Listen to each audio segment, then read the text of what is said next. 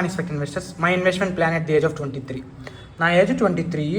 నాకు loans EMIs ఏం లేవు కాబట్టి 0. నా మీద డిపెండెంట్స్ కూడా ఎవరు లేరు, 0.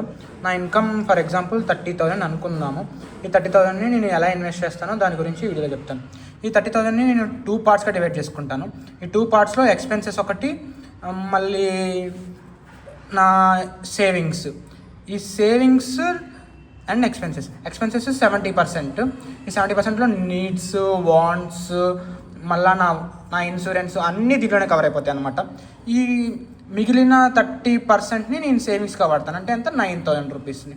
ఈ 9,000 రూపీస్ని నేను ఇన్వెస్ట్మెంట్స్గా సేవింగ్స్గా వాడతాను. దీన్ని నేను 2 పార్ట్స్గా డివైడ్ చేసుకుంటాను. ఒకటి వచ్చి సేఫెస్ట్ అసెట్, ఇంకోటి వచ్చి లాంగ్ టర్మ్ ఇన్వెస్ట్మెంట్కి మాత్రమే ఇది. నేను ఎప్పుడు ఏది వచ్చినా సరే దీన్ని నేను బ్రేక్ చేయను. నాట్ టు బ్రేక్ ఇది అనమాట. అది నాట్ టు బ్రేక్. మళ్ళీ ఈ సేఫెస్ట్ అసెట్ వచ్చి నేను 2 పార్ట్స్గా డివైడ్ చేసుకుంటాను. 2 పార్ట్స్గా 2 టైప్స్గా ఇన్వెస్ట్ చేస్తాను. ఒకటి వచ్చి నా బ్యాంకులో పెట్టుకుంటాను, ఇంకోటి వచ్చి ఆర్బిట్రాజ్ ఫండ్స్లో పెట్టుకుంటాను అనమాట. ఈ సేఫెస్ట్ పార్ట్ వచ్చి నేను 20% దీంట్లో పెడతాను. ఇన్వెస్ట్మెంట్స్ వచ్చి 80% అనమాట. 80% అంటే ఎంత 7,200 రూపీస్ని నా మ్యూచువల్ ఫండ్ ఎస్ఐపిగా వెళ్తాయి. ఈ సేఫెస్ట్లో 1,800 రూపీస్ నా బ్యాంక్లోను, ఆర్బిట్రాజ్ ఫండ్స్లో వాటిలో వెళ్తాయి అన్నమాట. ఇవి నా ఎమర్జెన్సీ ఫండ్గా ఉపయోగపడతాయి. ప్లస్ మళ్ళీ నా డ్రై పౌడర్గా ఉపయోగపడుతుంది. ఈ డ్రై పౌడర్ గురించి నేను లాస్ట్లో చెప్తాను. ఇది నా ఎమర్జెన్సీ ఎప్పుడైనా కష్టం వస్తే దీని నుంచే వాడతాను అనమాట. దీన్ని అసలు ఏం వేస్ట్ చేయను. ఈ ఇన్వెస్ట్మెంట్ వచ్చి మళ్ళీ దీన్ని నేను 6 పార్ట్స్గా డివైడ్ చేసుకుంటాను అనమాట. ఈ ఇన్వెస్ట్మెంట్ని 6 పార్ట్స్లో ఫస్ట్ పార్ట్ వచ్చి స్మాల్ క్యాప్లో నేను చాలా అగ్రెసివ్గా ఇన్వెస్ట్ చేస్తాను. అందుకే 25% ఇన్వెస్ట్ చేస్తాను. నా ఏజ్ 23 కాబట్టి నేను అగ్రెసివ్గా ఇన్వెస్ట్ చేస్తాను. మిడ్ క్యాప్ వచ్చి 20%.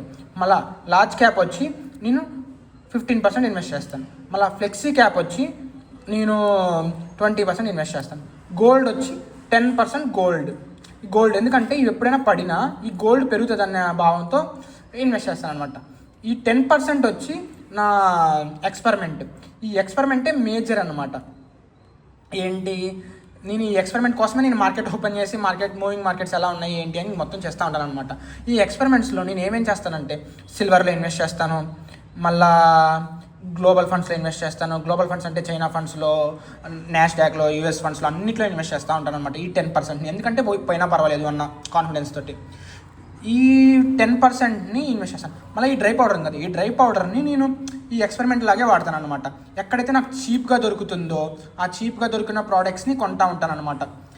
దాన్ని అలా వాడుతూ ఉంటాను అనమాట. ఇది నా ఇన్వెస్ట్మెంట్ స్ట్రాటజీ. Thank you. ఎవరికైనా ఇన్వెస్ట్ చేసుకోవాలనుకుంటే కాపీ పేస్ట్ చేసుకోవచ్చు. Thank you.